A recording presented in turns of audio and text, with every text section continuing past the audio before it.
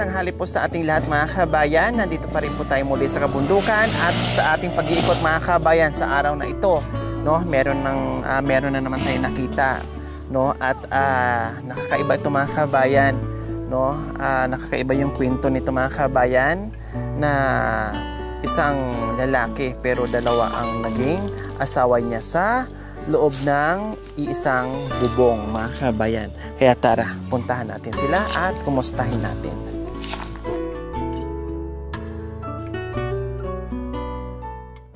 Hello!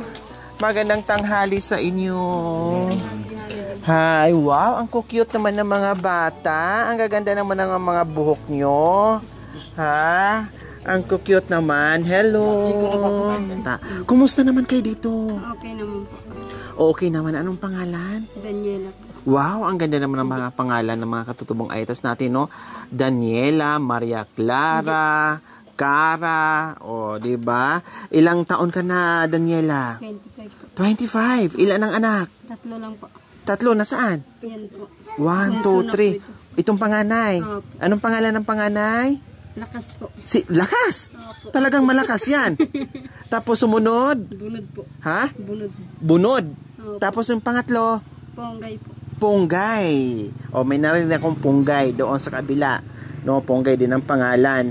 25 years na. Nasaan yung mister? Tumbo po. Ay, ikaw na yung mister niya. Anong pangalan mo, kuya? Tisoy. Ha? Tisoy. Tisoy? Wow, Tisoy ka naman talaga. Alam mo ibig sabihin ng Tisoy? Puti po. Saka... Guwapo. Di ba? Guwapo. Talagang akma doon sa pangalan mo, talagang Tisoy ka naman na talaga. Anong, ilang, ang tawag nito, ilang taon ka na, Kuya Tisoy? 40 na. Ha? 40. 40 years old. Kumusta ang buhay-buhay? Okay naman po. Ha? Okay naman. Okay naman. Ito naman, sino naman to? Si Alibi po. Alvi. Unang asawa niya po. Dalawa po kasi Dalawa po kami kasi sa kanya. Talaga ikaw, kuya, ha? Talagang Tisoy na Tisoy ka, ha? Ikaw yung unang asawa niya. Opo. Anong pangalan mo? Alibi po. Alvi. Ilang... Alibi. Alivi. Ilan ang anak niyo? 4 po. Nasaan na ngayon? Ano po ng kamuti. Para may pagkamuti po. Nasa bukid. Nanguha ng kamuti. Unang asawa kanya, tama? Yung narinig ko. Paano nangyari? May pangalawang asawa? Kasi sa kultura po namin. Kasi sa kultura po, pwede naman po yung... Kahit marami. Hindi naman po sa marami. Basta dalawa lang. Dalawa lang. Paano pag naging 3? Pwede. Kung gustuhin, pwede. So, bali, 4 ang anak nyo sa unang asawa. 3 anak sa pangalawa. Maitanong ko lang, Kuya Tisoy. Bakit naging 2 asawa? Tapos isang bubong. Hindi, kasi ganun talaga yung layunin ng mga aita. Pero ang dami kong kaibigan ng mga katutubong aitas, ha? Ang dami ko rin kakilala, ang dami ko rin natulungan, ang dami kong napuntahan. Pero first time ko dito napunta na 2 ang asawa. Kumusta naman Ate Alibi? Na, siyempre, nung una, ikaw, di ba? Then, nagkaroon kayo ng 4 na anak. Kumusta naman nung pumasok ito na naging 2? Masakit po sa akin yun. Nung una po, nung wala pa po sila, nung bago po, masakit po. Pero ngayon po, tanggap na po namin yung ganito po. Naging best friend mo pa siya? Okay naman po kami. Nung una, anong naramdaman mo? Masakit po. Pero nung na-realize ko po sa sarili ko, bakit naman ako magagalit kung wala naman ako magagawa kung ganyan na talaga yung lalaki, di ba? Tapos ano bang sabi ni Kuya Tisoy sa'yo? Siyempre hindi mo alam, tinago ba niya? O Hindi niya po tinago. Sinabi niya kaagad na gusto niya may 2? Ano po, sinabi niya po sa akin. Tapos, anong sagot mo sa kanya? Sabi ko, parang hindi ko po tanggap yung 2 po kami. Pero ginawa niya po. Hindi siya po naniwala sa sinabi ko. Ginawa niya, binahay niya kaagad, dinala ito sa bahay. Wala pa silang anak noon, hindi pa siya buntis. Tapos, nung nandito na siya sa bahay niyo, nandito na siya natutulog, katabi niya, anong reaction mo? Hindi po. 2 po kami yung katabi niya pag natutulog. Tapos saan siya natutulog? Sa kusina? Hindi po. Siyempre po, nasa gitna po siya pag natutulog. Wow! Nasa gitna si Kuya Tisoy natutulog. Tapos, Paano yun? Siyempre, isang gabi lang. Kami po yung dalawang nakayakap sa kanya. Wow, nung matagal na. Kahit itong ano po. Ibig sabihin, nung matagal na kasama nyo sila sa bahay, na dalawa kayo mayakap, pero nung una, hindi nyo nagagawa. Hindi po namin gawin. Siyempre, ano pa po. Yung malabo pa po yung pagsasamaan po namin. Okay, so, ikaw naman, Daniela, di ba alam mo may asawa siya? Tapos, dinala ka ni Kuya Tisoy dito. Anong sabi mo sa kanya? Pumayag ka na, alam naman yung may asawa siya. Hindi po. Ha? Hindi po. O bakit pumunta ka dito sa bahay niya? Sumama ka? Tinanong niya po ako. O anong sabi niya sa'yo? Sabi niya po, tanggapin mo ba sa buhay mo na balikan ko yung dati kong asawa? Sabi ko, oo. Kung gusto mong balikan yung dati mong asawa, sige po, balikan niyo yung dati mong asawa. Kasi asawa niyo naman po siya. Tama. At saka, kumbaga, sumama ka na rin kay Kuya Tisoy. Kasi may anak na po kami. Kaya sumama po sa kanya po. Kasi yung mga bata po umahanap po ng tatay. May tanong ko lang, naghiwalay ba kayo noon? Pero tatlong buwan lang po yung Parang away-tampo lang. Parang nagtampuhan lang. Tapos nagtampuhan, nag-away. Hindi naman talaga totally naghiwalay. Kasi kung naghiwalay, matagal na. Nagtampuhan lang. Tapos, nung nagtampuhan kayo, nasaan kayo noon? Nandun sa magulang mo.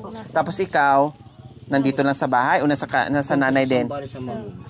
Taga Sambales si ano? siya po. Dalawa, taga dito. So, nung nag-away kayo, naligaw ka dito. Kaya napauo ito. Akala siguro nito na hindi na kayo magbabalikan. At saka siguro akala mo rin na hindi na kayo magbalikan. Saka tinanong ko rin naman silang dalawa kung okay naman sa kanila yung O tama yun. na Dalawa sila. sa akin. Pero sinabi nila, okay naman. Okay naman. Okay. Basta kaya mo kami Tanggapin. buhayin. Kaya mo kami buhayin. Tama. O kayo naman, Kuya Tisoy, paano yun? Pagkatabi mo si number 1, katabi mo si number 2, paano yung labing-labing? Sabay din? Ha? Kami nalabingin. Tapos yung isa nabuntis din, sabay din nabuntis.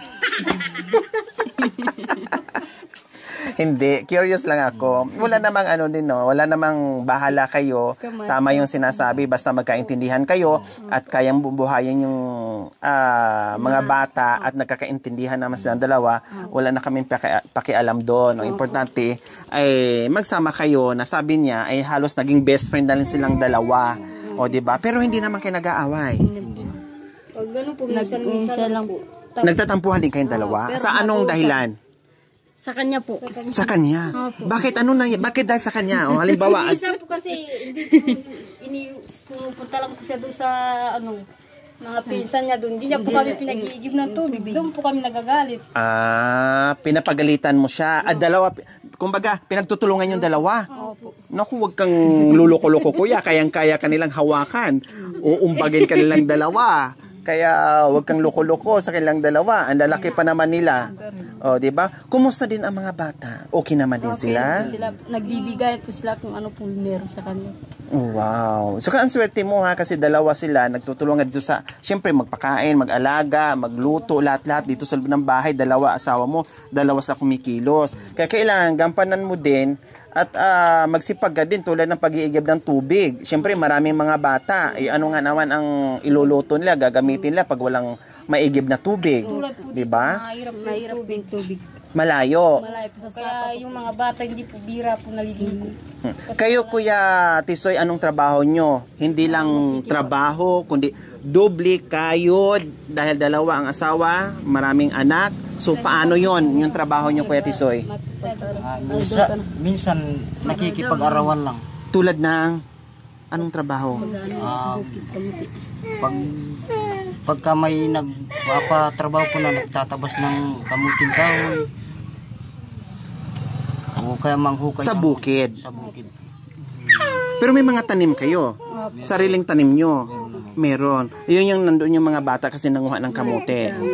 Oh, bukod doon, ano pang ibang tanim nyo sa kamote? Gabi. Saging.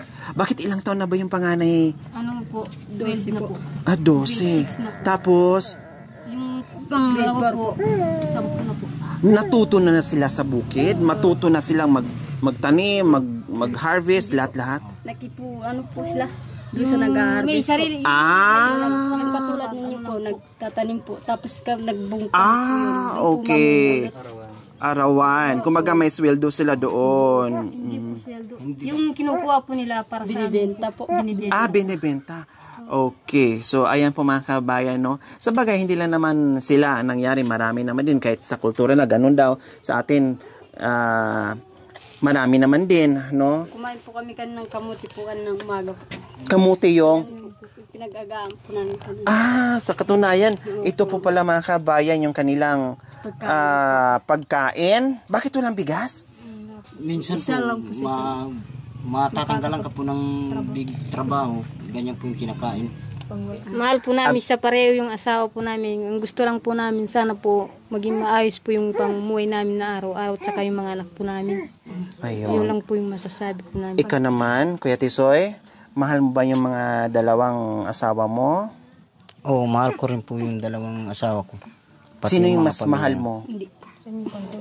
Wala- Parehas? Oo, wala naman akong mas na minamahal sa kanila basta pareho. Tama yun ha. Kasi alangan naman Dahil sabihin, may mga mahal ko pamilya- yung isa, mahal ko yung Dahil isa. may mga pamilya na po ako sa kanila eh. Basta, doble kayo din lang kayo. Ngayon, total, dalawa naman ang asawa mo, Kuya Tisoy. Siyempre, hirap sa buhay, iwasan yung pagdami ng anak, ha? Kasi kung talagang... Ay, sarado na! Pare ko na Paano makakapasok? Kung nasaraduhan na, nakakandado na ba? Hindi na po kami pareho mga anak kasi mga bunso lang alam po namin. Tali na sila. Ayun, tama. Kasi Para matulungan po namin siya sa anak buhay po. tama, kasi may mga bata na malilit. Kawawa sila pag hindi sila nakapag-aral. Kawawa sila pag dumami na dumami. Lalo ka na, dalawa asawa mo. Talagang dadami yan pag hindi sila nagpatali. 10 sa isa, 10 sa isa. Yun nga po ang naisip ko na dapat mag-family planning. Tama. Muna, talagang tuluyan na. Kasi kung muna, naku, yung sayo talaga, puputulin talaga namin yan. Sige ka. Talagang, wag na. No, kasi, naka-3 ka na, di naka-4 ka na. Kung di, palakihin na lang yung mga bata at paaralin mo. Kaya nga sabi ko kanina, hindi lang trabaho ang gagawin mo, kundi doble kayod ka. Doble trabaho para sa mga bata mo. Diba? Kasi nga, pag isa ang asawa, hirap. Pag maraming anak, lalo ka na. Dalawa asawa mo, kundi maraming pagdadaanan na paghihirap. Okay? Okay, sige. Sa akin po, 4 po sana po sa akin. Pero namatay po yung panganay ko. Pangalawa na lang. Panganin yung dalawa din. 4-4 sana.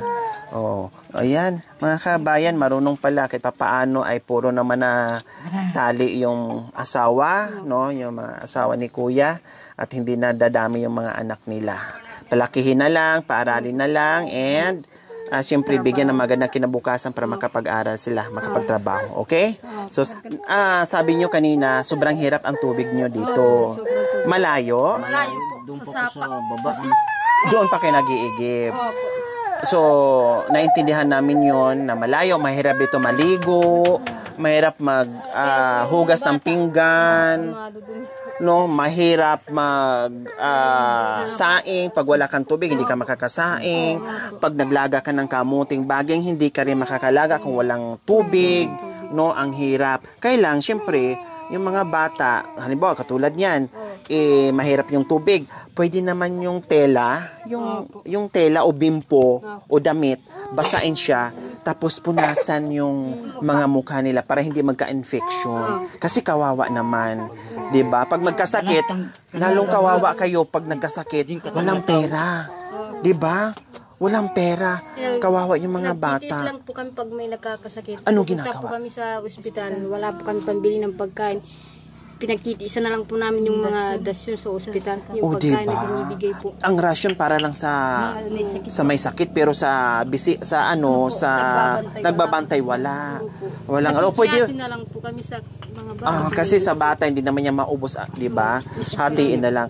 Pwede ba yung pwede bang yung mga anak niyo basahin niyo yung tela o tapos punasan natin yung mga ha?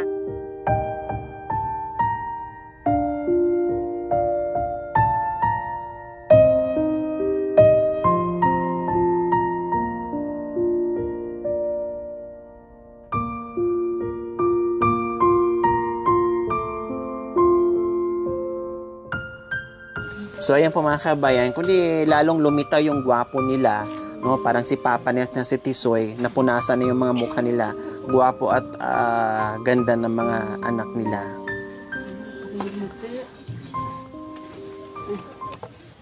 Kumusta naman kayo, Kuya Tisoy? Mabuti naman. Mabuti naman. Masaya ang buhay? Masaya. Gaano kataas yung saya mo? Kung gaano kataas yung langit, gano'n din kami. Wow! Sana all. Walang problema sa buhay kung hindi magsaya para Tama. Ito, meron kaming surprise para sa inyo.